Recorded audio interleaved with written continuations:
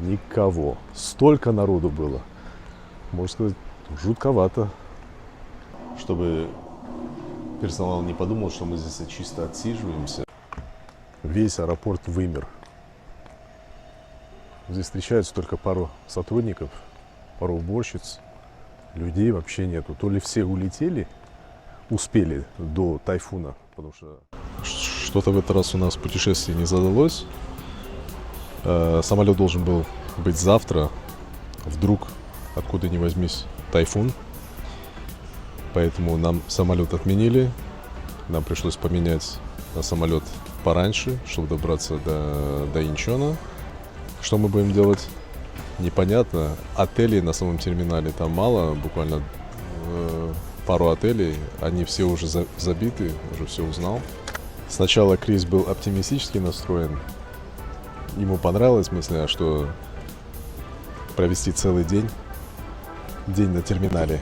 Но спустя полчаса ему уже становится скучно. Уже идея с терминалом его не устраивает. Надо искать гостиницу. Но покинуть мы терминал не можем. Будем питаться и жить здесь целый день.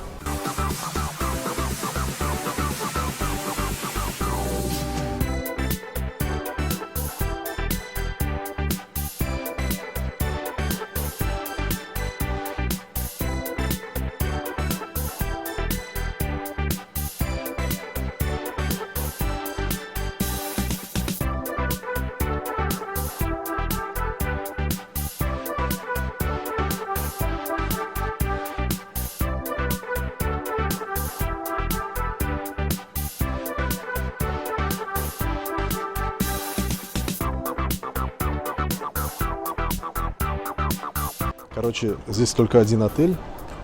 Места все забиты.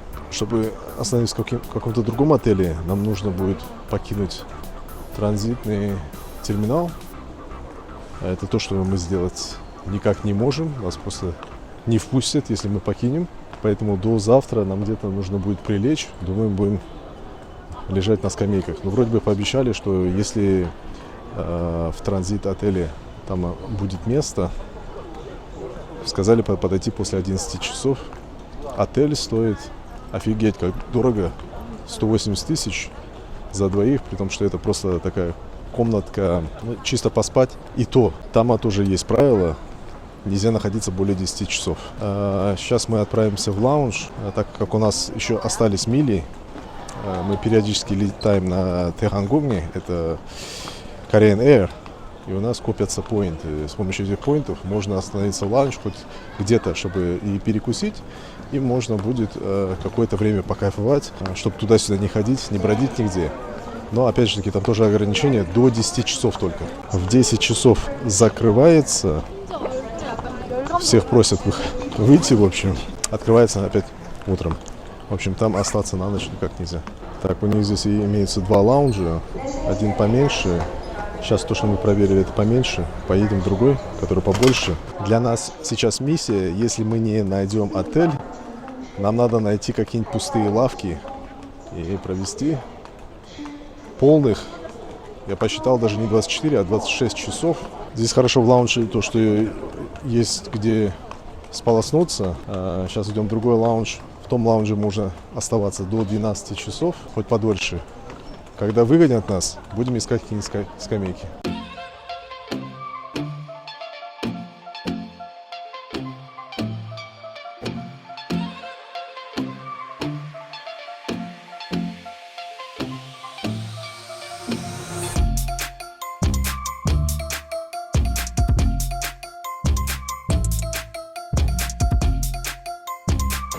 В лаунже можно питаться всем, что видите.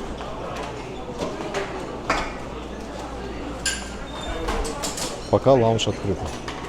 Здесь ограничений по часам нету. Здесь можно находиться сегодня до 12 и завтра с 4 утра опять.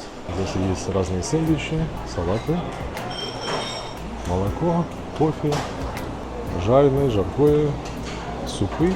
Есть выпечка, сыры, бананы. И то, что нашему Крису понравилось, конечно же, рамен. Здесь барная стойка, также все включено. Я взял себе печенку. Все вместе у нас на двоих вышло 8000 миль. В ценовом эквиваленте непонятно сколько это. Мили они просто копятся по мере того, как вы далеко летаете. Получается 4000 вышло на одного человека.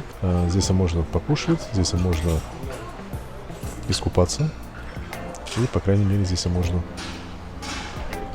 вот так хоть отдохнуть, хотя бы до 12 часов. Если в 4 часа опять можно прийти, опять можно на утро, то есть позавтракать, и опять можно оставаться здесь, пока у вас не будет самолет. Здесь, по крайней мере, мягкие кресла, поэтому будем оставаться здесь. Обычно лаунж обходится где-то порядка $40 на человека, но во многих лаунжах там есть ограничения, там либо 3, либо 4 часа вы можете кушать, вы можете пить. Здесь есть также алкогольные напитки в неограниченном количестве. Можете отдыхать. Спать здесь, конечно, никто, я так думаю, не даст, но разве что просто на диване. Уже собрались уходить, и здесь нашли комнату, где мы могли просто посидеть и посмотреть телек. Здесь большой телек стоит, никого нету. Здесь можно так на кушетках вот таких разложиться нельзя будет, но посидеть можно будет. У нас остался 1 час, через час зал закрывается, потом 4 часа нам где-то надо перекантоваться, и потом опять мы сюда можем прийти. Мы смотрели все на маленьких экранчиках, а здесь можно было на большом экране все посмотреть. Тем более Netflix есть и YouTube. Походу кто-то забил свой Netflix, потому что я вижу несколько аккаунтов. Кто-то забил аккаунты и забыл выйти из них. Никого нету. Сейчас у нас половина 12. Уже все выходят, потому что 12 часов все это закрывается. Нам тоже придется выходить. Здесь еще было, оказывается, пару залов, которые мы не посмотрели. Здесь это уже можно будет по телевизору подстраиваться. Пойдем искать какую-нибудь лавочку, чтобы поспать. Утром вернемся сюда. Звонили в отель. Короче, мест нету. Здесь можно оставить свои вещи. На каунтере тоже никого нету. Все девчонки пошли домой. Мы только одни остались, по-моему, здесь. Нашли комнату для молитвы.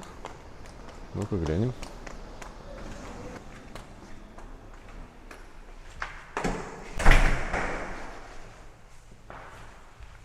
Вот так это все выглядит. Если это христианское, надо было хотя бы крест Иисуса поставить. Видите, там показано направление. Скорее всего, для мусульман. Хотя написано, что открыто для всех религий. Так, мы, по-моему, единственные, кто сейчас не спит. Только несколько сотрудников туда-сюда ходят. Все люди пропали. Все улицы опустели. Где-то люди прячутся. Ну, ясное дело, что все магазины уже закрылись. Duty Free тоже. Но я нашел один пенеджам 7-Eleven, в котором мне надо было бы купить зубную щетку. Потому что мы по плану, я думал, что мы заедем в отель, и там я воспользуюсь зубной щеткой. Но так как отели все закрыты, будем спать на скамейке, а я без зубной щетки.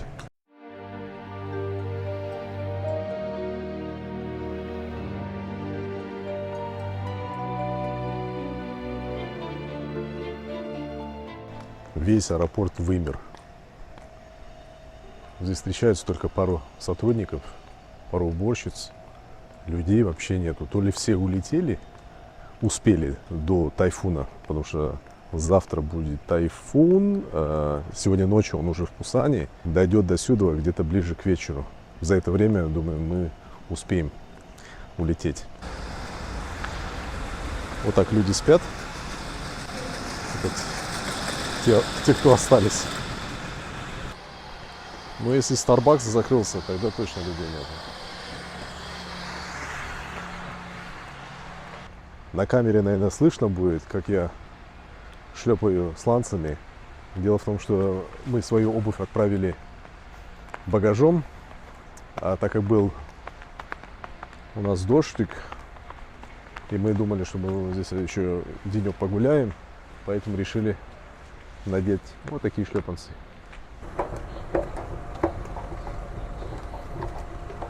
Весь аэропорт принадлежит нам.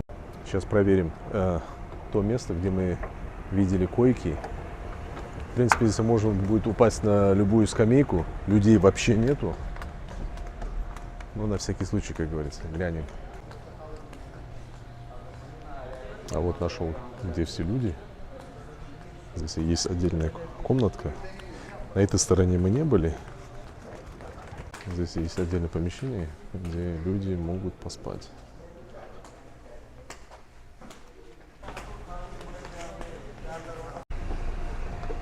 Здесь есть детские площадки. Опять же таки никого нету. Детские площадки выглядят вот так.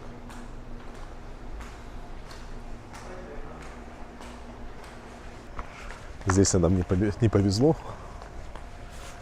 Но я, в принципе, и так не хотел спать рядом с другими людьми. Там очень много людей на всех койках. Мы лучше будем спать на скамейках, да? С Инчона вылетает очень много самолетов. Это буквально с 7 часов до 12, за 5 часов столько рейсов. И несмотря на тайфун, вроде бы ни один из рейсов не был отменен. Никого. Столько народу было. Можно сказать, жутковато.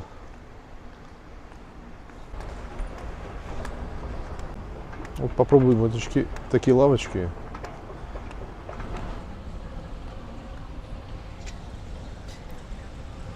Вот так мы собираемся спать. Такие лавки в центре, вот они имеют и такие зарядки, и беспроводные зарядки. Даже USB-порты тоже есть. Вот здесь сейчас обоснуемся. Вот так сейчас попробуем. Для меня это, конечно, коротко будет. Но, в принципе, лавки они не такие жесткие, как на Филиппинах. Здесь хоть есть какая-то подушка. Но я, в принципе, помещаюсь. Спать можно будет несколько часов. Часиков 5 поспать, а потом пойти в ланч и там уже досыпать. Остальное на самолете. Все, на самолете делать нечего. Как всегда, заснимем туалеты. В публичных местах я обычно снимаю туалеты, но когда там есть люди, в аэропортах всегда очень много народу. А сейчас в самый раз, когда никого нету, посмотрим, в какой чистоте содержатся туалеты в одном из самых-самых аэропортов, потому что аэропорт Инчона, он несколько лет подряд занимал первые места по рейтингу, по сервису, по классу, по масштабу. Сейчас, возможно, есть другие аэропорты. Посмотрим, как выглядит туалет.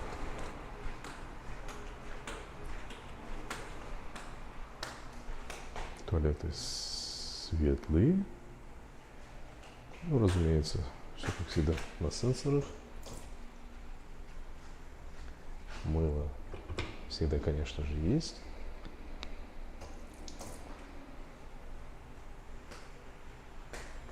Я так понимаю, идет до сих пор уборка. Пахнет достаточно приятно. Кабинки. Кабинки тоже сенсорами. Просто встает из толчка, она сама сливает воду, чтобы ничего не трогать лишний раз. Есть с бидешками. Есть большие полки, вот они прям реально большие, чтобы можно было большой багаж, сумку положить, чтобы не ставить на пол. Туалет для инвалидов. И туалет для детей. Чисто все поддерживается. Несмотря на то, что здесь проходит столько народу, все поддерживается в чистоте. Сейчас 12 часов. Почему-то свет не выключают. Обычно подсветку они делают более тусклую. В тех местах, где находятся скамейки. Здесь почему-то свет не выключают. Возможно, из-за того, что вот чувак пылесосит где-то. Мы здесь и прилегли, а он принес свой пылесос. С прошлого раза у нас осталась накидка. Хорошо я с собой взял. Не ожидал, что я буду здесь спать. Взял на всякий случай для самолета. Сейчас она понадобится. У нас еще остались накладка для глаз, тапочки и такая подушка. Ну, сейчас она тоже пойдет в дело. Зубная щетка мне обошлась 2000. Никогда мне не приходилось ночевать в аэропорту. Бывали пару раз, когда мне нужно было быть в транзите. Но в аэропорту на терминалах я находился где-то максимум полдня. Никак не 24 часа. И так, чтобы ночевать, негде было.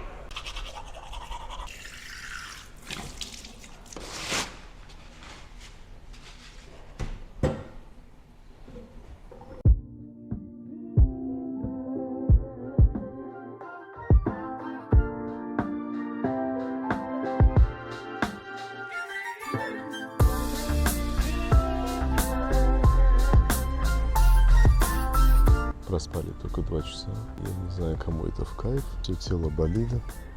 Все-таки кровать есть кровать. Сейчас 5 утра. С 5 утра опять народ появился. Люди туда-сюда ходят. Спать никак невозможно. Мы идем обратно в лаунж. Посмотрим, сколько народу там будет. Люди начинают кушать от 6 утра. Дети тоже играют. Сейчас уже 6. Сейчас только 6 утра. За кофе люди стоят с утра. Людей все больше и больше становится. Если нам повезет, вообще-то надо было в 4 утра туда идти, обратно в лаунж, чтобы занять комнату. Судя по народу, туда, наверное, людей тоже набежало на завтрак. Сейчас посмотрим, сколько у них народу с утра. Да, люди есть. Попробуем занять ту комнату, в которой мы в прошлый раз забаррикадировались. Ой, комната свободная. Окей, нам повезло. Никого нету. По крайней мере, никто не успел занять комнату, потому что все сейчас кушают в зале. Но здесь тоже есть столики, поэтому здесь сразу и покушать можно, и можно вот в их кушетках как-то разложиться. По новостям показывают, что тайфун, он уже подходит к Пусану. Вчера мы из Пусана выехали. До того, как тайфун доберется до сюда, до Инчона, по времени это должно быть 9 часов, а у нас самолет в 3:30, по-моему. Успеем вылететь. Нам приходится завтракать в 6 утра, чтобы персонал не подумал, что мы здесь чисто отсиживаемся в лаунже.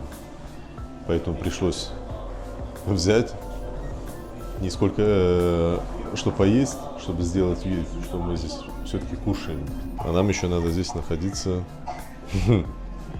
еще часов 8 часов. Тоже мучился, не спал, буквально пару часов только поспал. Все, сейчас у нас сколько, 8 часов, он отключился. Мы, получается, полностью заняли одну комнату, при том, что там народу очень много. Все кушают. В общем, мы покидаем лаунж. потому что мы столько кушать уже не можем, а только сидеть, телек смотреть и кушать что-то тоже надоедает, ноги затекают. Решили прогуляться. Осталось нам до самолета еще 2,5 часа. Так, у нас хорошие новости.